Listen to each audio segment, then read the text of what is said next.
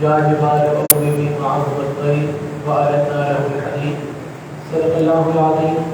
مولاي صلی وسلم دائما ابدا علی حبیبک خیر خلق کلہم. سامعین محترم، دوستو، بھائی بزرگوں، آج ہم نے نماز تراویح میں 22 پارے کے 3 پاؤں سے 23 پارے کے آدھے تک سماعت کیا ہے. اللہ تبارک و تعالی قرآن مجید کا سننا، اس کا پڑھنا، اس کا سمجھنا اور اس پر عمل کرنا ہماری زندگی کا مقصد بنائے. سامعین محترم، آج سورہ سبا سے آغاز ہے کیونکہ اس سورۃ مبارکہ کو سبا اس لیے کہا گیا ہے کہ اس میں ملک سبا کا ذکر ہے.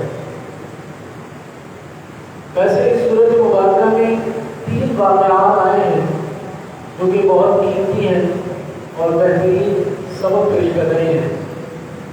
2 واقعے حضرت داؤد علیہ السلام کا ایک واقعہ ہے اور دوسرا جو ہے حضرت سلیمان علیہ السلام کا ہے اور تیسرا ملک سبا کا ہے. اور تینوں کو قرآن مجید نے ایسی خوبصورت مناسبت دی ہے کہ اگر آپ سنیں گے تو واقعی اللہ تبارک و تعالیٰ اس میں بہترین سبق پیش کر رہا ہے امت مسلمہ کے لیے. پہلا واقعہ شروع ہوتا ہے داؤد کہ اللہ تبارک و تعالیٰ فرما رہا ہے کہ میں نے داؤد علیہ السلام پر بہترین فضل کیا اور منتظر فرمایا. اللہ تبارک و تعالیٰ نے حضرت داؤد علیہ السلام کو یہ اعجاز عطا فرمایا تھا کہ آپ کی آواز میں باکمال تھا، آپ کی سیرت میں باکمال تھا. آپ جب تسبیح کرتے تھے تو پہاڑ اور فرشتے بھی آپ کی تسبیح سن کر ہم نوا بن جاتے تھے. آپ جب زبور کی تلاوت کرتے تھے، کیونکہ آپ پر زبور نازل ہوئی ہے، حضرت داؤد علیہ السلام پر زبور نازل ہوئی ہے. فرمایا جب حضرت داؤد علیہ السلام زبور پڑھتے تھے تو ان کی قرأت سنتے ہوئے ہر چیز پر گریہ طاری ہو جاتا تھا. اللہ نے آپ کے لیے لوہے کو نرم کر دیا تھا.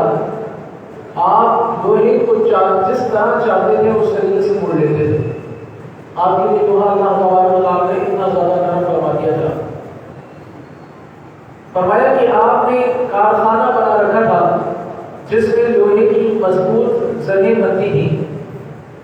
آپ کی اس کاوش کو، اس کارخانے کو اسٹیل میں دنیا کی سب سے پہلی اسٹیل میں بھی کہا جا سکتا ہے.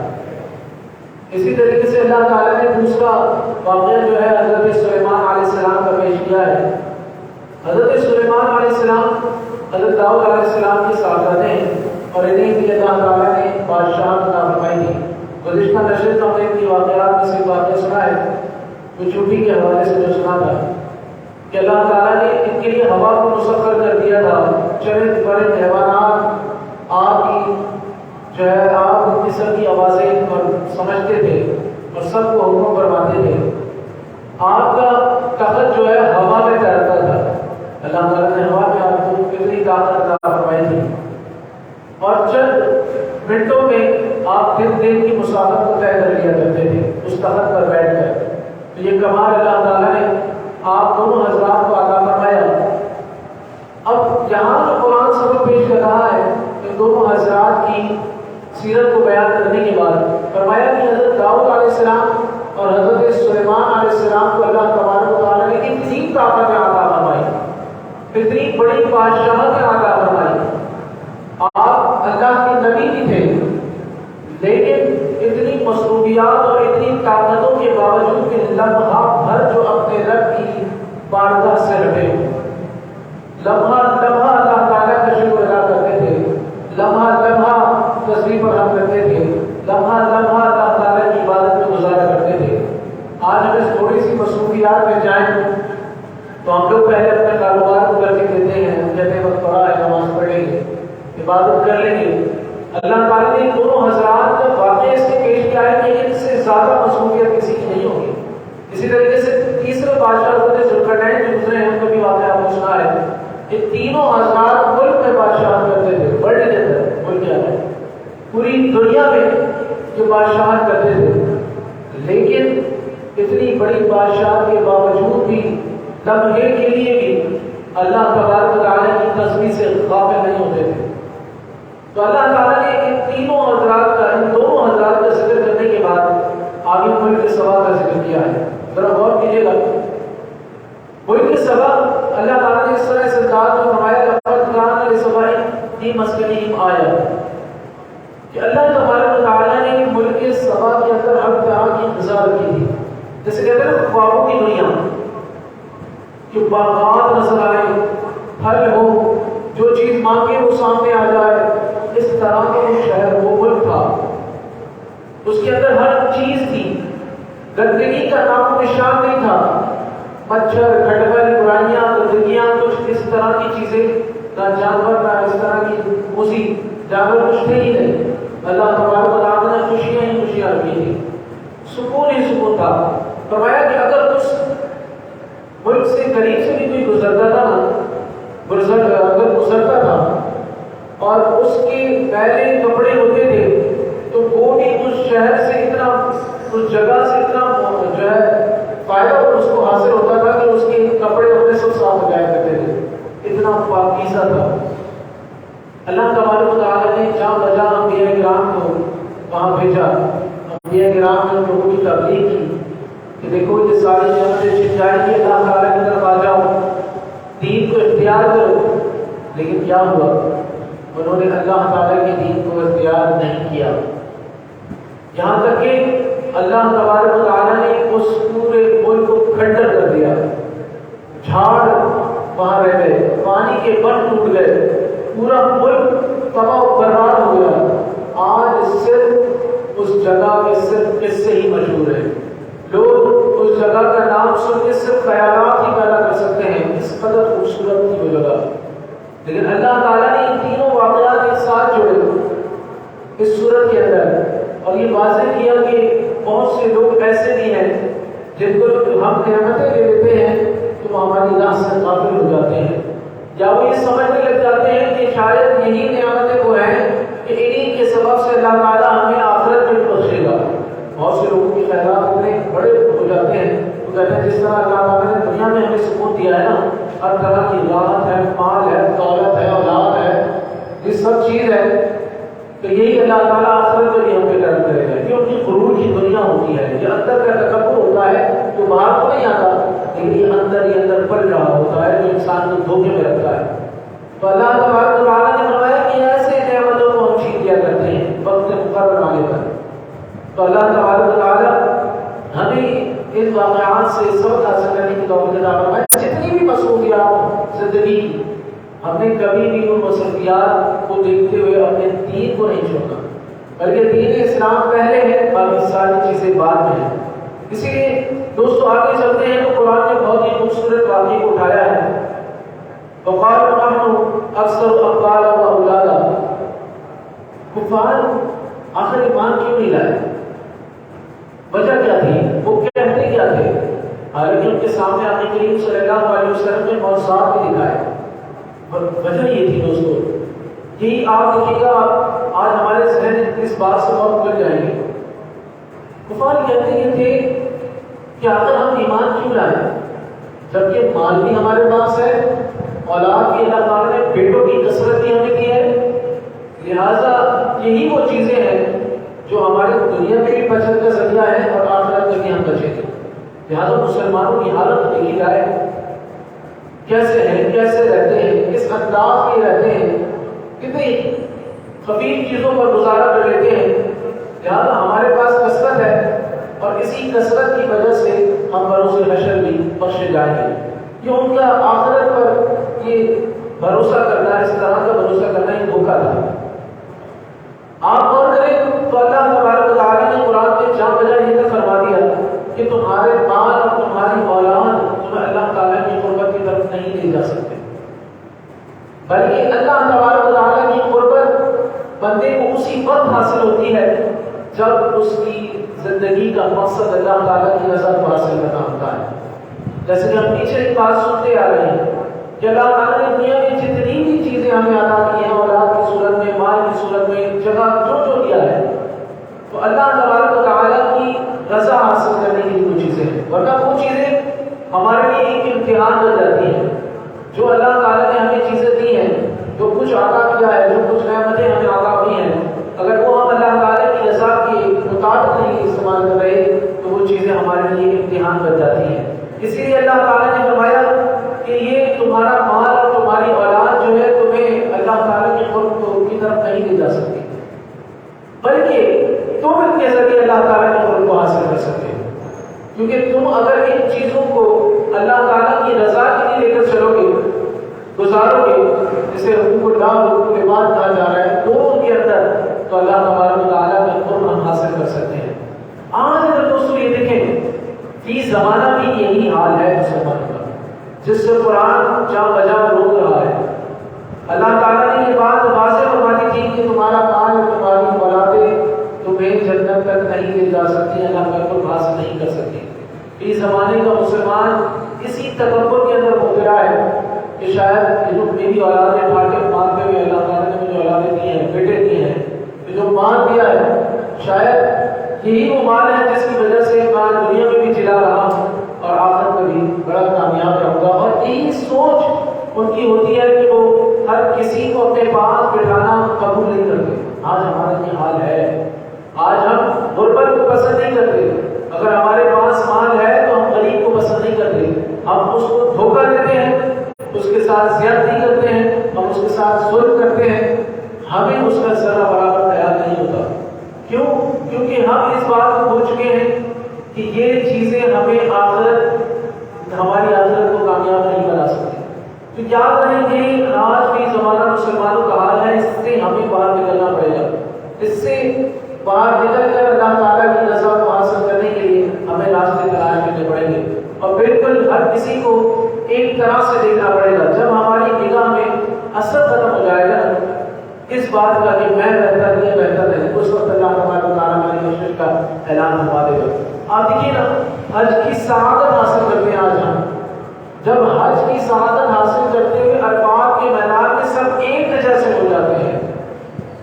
عرفات کی رات جب ایک جیسے ہو جاتے ہیں، بال بھی بکھر جاتے ہیں، حالت بھی خراب ہو جاتی ہے، تکیے ہارے بھی ہو جاتے ہیں، کسی کو کسی کی بدبو سے بھی مطلب نہیں ہوتا. پھر اس رات کو یہ نہیں سوچتا کہ اس کے پاس سے بدبو آ رہی ہے، اس کی یہ حالت ہے، اس کی یہ کنڈیشن ہے. سب رب کو راضی کرنے کے لیے اکٹھے ہو جاتے ہیں کہ اللہ راضی ہو جائے.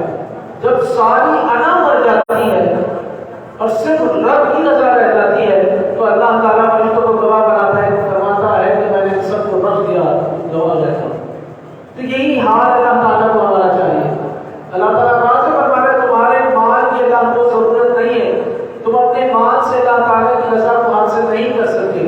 تم اپنی اولاد سے اللہ تعالیٰ کی رضا کو حاصل نہیں کر سکتے. ہاں، اگر یہ چیزیں دین کے لیے استعمال کی جائے تو اللہ کی رضا جلدی حاصل ہو جاتی ہے. لیکن یہ بات ہمیں واضح فرمائی جا رہی ہے کہ ان چیزوں پر فخر نہیں کرنا کہ تم نے ان چیزوں پر فخر کر کے اگر کسی کو گرا ہوا محسوس کیا یا آج محسوس کی تو اللہ تبارک و تعالیٰ کی قربت کو تم حاصل نہیں کر سکتے. لہٰذا یہ جو حقوق العباد کی چیز بہت اہم ہے کہ ہم نے برابری رکھنی ہے اور برابری ہی ہمارے لیے نجات کا سامان ہے. دوستو آگے چلتے ہیں تو ایک اور خوبصورت واقعہ ہے. یہ واقعہ اتنا خوبصورت ہے کہ اس میں اللہ تبارک و تعالیٰ نے ایک مومن کی طاقت کو بیان کر رہا ہے کہ مومن کی طاقت ہوتی کیا ہے، مومن آخر ہے کیا. فرمایا وَضْرِبْ لَهُمْ مَثَلًا أَصْحَابَ الْقَرْيَةِ إِذْ جَاءَهَا الْمُرْسَلُونَ. یہ سورہ یاسین ہے اور سورہ یاسین کا یہ عظیم واقعہ ہے. اللہ تبارک و تعالیٰ نے ایک بستی کی طرف 3 انبیاء کرام کو بھیجا پچھلی قوموں میں، جو جا بجا اس بستی والوں کی تبلیغ کرتے ہیں لیکن وہ بستی والے نہ مانے. پھر وہ ہوا یہ کہ جب ان لوگوں نے انبیاء کرام پر حملہ کرنے کی کوشش کی تو اللہ تبارک و تعالیٰ نے انہی کے ماننے والے ایک شخص کو بھیج دیا. یعنی کہ وہ شخص دور سے بھاگتا ہوا آیا اور کہا کہ تم تباہ ہو جاؤ گے اگر تم نے انبیاء کرام کے فرمان کو نہیں سنا. میں دیکھ رہا ہوں کہ اللہ تعالیٰ ان پر عذاب بھیج دے گا. لہٰذا انہوں نے انبیاء کرام کو چھوڑا اور اس شخص کو شہید کر دیا، مار مار کے اس کو شہید کر دیا. اب ہوا یہ کہ اللہ تبارک و تعالیٰ نے اس بستی پر اپنا عذاب بھیجنا تھا.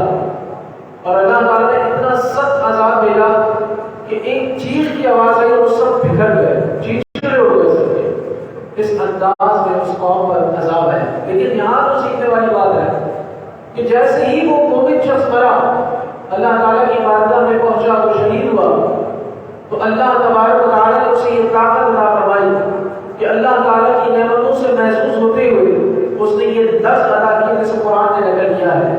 اے کاش میری قوم جان لیتی جو میرے رب نے میری مغفرت کر دی اور مجھے اہل کرامت و سعادت میں ٹھہرایا ہے. اللہ اکبر. حضرت ابن عباس رضی اللہ عنہ فرماتے ہیں وہ مومن شخص زندگی میں بھی اپنی قوم کا خیر خواہ رہا اور مرنے کے بعد بھی خیر خواہ رہا. اور یہ اس بات سے یہ بات ثابت ہوتی ہے کہ اللہ تبارک و تعالی ایک عام بندے کو زمین سے اٹھا کر عرش تک لے جاتا ہے. کس صورت میں؟ کہ جب وہ انبیاء علیہ السلام کی تبلیغ والے کاموں میں اپنے وقت کو صرف کرتا ہے. تو اس میں یہ محفلیں بڑی قیمتی ہیں جو قرآن و حدیث کی محفلیں ہوتی ہیں, یہ سب سے اہم ہے, یہ بڑا درجہ رکھتی ہیں. یہ انبیاء کرام کی باقاعدہ پیروی ہے. اگر ہم اس کام کو انجام دیتے ہیں اور ہماری موت آ جاتی ہے, چاہے جب بھی لکھی ہوئی ہے, تو اللہ تبارک و تعالیٰ ایسا مومن ہمیں بنائے گا, ایسی طاقت عطا فرمائے گا کہ ہم خیر خواہ دنیا میں بھی تھے اور دنیا کے بعد میں رہیں گے. اللہ تبارک و تعالیٰ ہمارے طفیل دنیا والوں کو مرنے کے بعد بھی فوائد پہنچائے گا. تو یہ اللہ تبارک و تعالیٰ عظمت عطا فرماتا ہے. کیوں؟ کیونکہ اس شخص نے انبیاء کرام کی پیروی کرتے ہوئے لوگوں کی تبلیغ کی تھی, انہیں سمجھایا تھا کہ دیکھو گناہ چھوڑ دو, برائیوں سے ہٹ جاؤ, اللہ تبارک و تعالیٰ ان پر عذاب بھیجے گا. لہٰذا انہوں نے اسی کو قتل کر دیا, شہید کر دیا. تو اللہ تبارک و تعالیٰ نے اسے عظیم مرتبہ عطا فرمایا, جس سے یہ بات واضح ہو جاتی ہے کہ عظیم مرتبے لمحے بھر کے لیے اگر کسی کو چاہیے تو وہ یہ کام ادا کرے, وہ یہ کام کرے, گھر سے ہی شروع کرے. آج شکایات یہ آتی ہیں کہ ہماری اولادیں نہیں سنتی, لہٰذا ہمیں بولتے رہنا چاہیے. آج نہیں, کل نہیں, پرسوں نہیں, وہ ہمیں رلا رلا کے کسی نہ کسی دن ضرور سمجھ جائے. ہمیں بولتے رہنا ہے, تبلیغ کرتے رہنی ہے, گھر میں بھی گھر سے باہر بھی. جو غلط بات ہم دیکھیں, غلط کام ہم دیکھیں, ہمارا فرض یہ ہے کہ ہم اپنی زبان سے اس چیز کو روکنے کی کوشش کریں, کیونکہ ہم زبان کی طاقت رکھتے ہیں. ہمارے استاد صاحب فرماتے تھے کہ جو حدیث فرمائی گئی ہے نا کہ برائی کو زبان سے روکو, اگر دیکھو نہیں تو ہاتھ سے روکو, نہیں تو دل سے برا جانو. یہ 3 لوگوں کے لیے خاص ہے. اب ہاتھ سے وہی روکے گا جس کے پاس ہاتھ والی طاقت ہے, یعنی کہ آپ گھر میں آپ جہاں تک ہاتھ استعمال کر سکتے ہیں وہاں تک ہاتھ استعمال کریں گے, اور جہاں پر آپ کو زبان استعمال کرنی ہے وہاں پر آپ زبان استعمال کریں گے. معاشرے میں جہاں تک آپ روکنے کی پوری کوشش کریں گے. ہاں, اور جہاں دل میں برا جانا ہے وہاں دل میں برا جانا ہے. یہ نہیں کہ آپ جا کر بھائی فلانے فلانے یہ کر کیا آپ جا کے دل اڑا اس کا, یا زبان سے اس کو جا کے 4 بار سنا دیں, وہاں تک آپ کی پہنچ نہیں, وہاں آپ دل میں برا جانے گے. لیکن جہاں تک آپ کی پہنچ ہے اس بات کو ضرور کریں گے. تو یہ واضح ہمیں حکم دیا گیا ہے کہ ہم اس چیز کو مکمل طور پر ادا کریں اور اپنا حق ادا کریں. اللہ تبارک و تعالیٰ ہماری اس کوشش کو اپنی بارگاہ میں قبول منظور فرمائے. قرآن مجید کا سننا, اللہ تبارک و تعالیٰ اس کا سمجھنا, اللہ تبارک و تعالیٰ اپنی بارگاہ میں قبول فرمائے اور اسی کے دوبارہ میری اور آپ کی کوشش کو مغفرت فرمائے. الحمدللہ رب العالمین والصلاۃ والسلام علی سید الانبیاء والمرسلین وعلی آلہ وصحبہ اجمعین. اللهم ربنا آتنا في الدنيا حسنة وفي الآخرة حسنة وقنا عذاب النار. اللهم أنت السلام ومنك السلام وإليك يرجع السلام. حينا ربنا بالسلام وادخلنا دار السلام. تبارك ربنا وتعالى يا ذا الجلال والإكرام. اللهم اغفر وارحم وأنت خير الراحمين. اللهم رب ارحمهما كما ربياني صغيرا. اللهم أنت حسنت خلقي فحسن خلقي. اللهم أعني على ذكرك وشكرك وحسن عبادتك. يا مقلب القلوب ثبت قلبي على دينك. يا مقلب القلوب ثبت قلبي على دينك. يا مقلب القلوب ثبت قلبي على دينك. اے اللہ پروردگار عالم کائنات کے بادشاہ جلال تو مالک ہے, تو خالق ہے, تو پروردگار ہے. مولا ہم نے قرآن مجید جس محفل کو سجایا, اے اللہ ہم سب کی بخشش و مغفرت فرما. اے اللہ قرآن مجید کا فیضان ہم سب کو عطا فرما. اے اللہ ہمارے دلوں کو نرم فرما. قرآن مجید ہمارے سینوں میں محفوظ فرما. اے اللہ قرآن کا عشق عطا فرما، اے اللہ قرآن و حدیث سے محبت کرنے والا بنا، آقا کریم صلی اللہ علیہ وسلم کا سچا عشق عطا فرما، حضور نبی کریم صلی اللہ علیہ وسلم کی عشق میں زندگی اور حضور علیہ السلام کے عشق میں موت نصیب فرما۔ اے اللہ ہم سے راضی ہو جا، اس محفل کے بغیر اللہ ہمیں کسی کا محتاج نہ بنا، اے اللہ اس محفل کا فیضان ہمارے اولاد ہمارے نسل میں پیدا فرما، آمین بجاہ نبی کریم اللہ وملائکتہ یصلون علی النبی یا ایھا الذین آمنوا صلوا علیہ وسلموا تسلیما، اللهم صل علی سیدنا مولانا محمد وعلی آل سیدنا مولانا محمد وبارک وسلم۔ الصلاة والسلام علیہ یا سیدی یا رسول اللہ، سبحان ربک رب العزة عما یصفون وسلام علی المرسلین والحمد للہ۔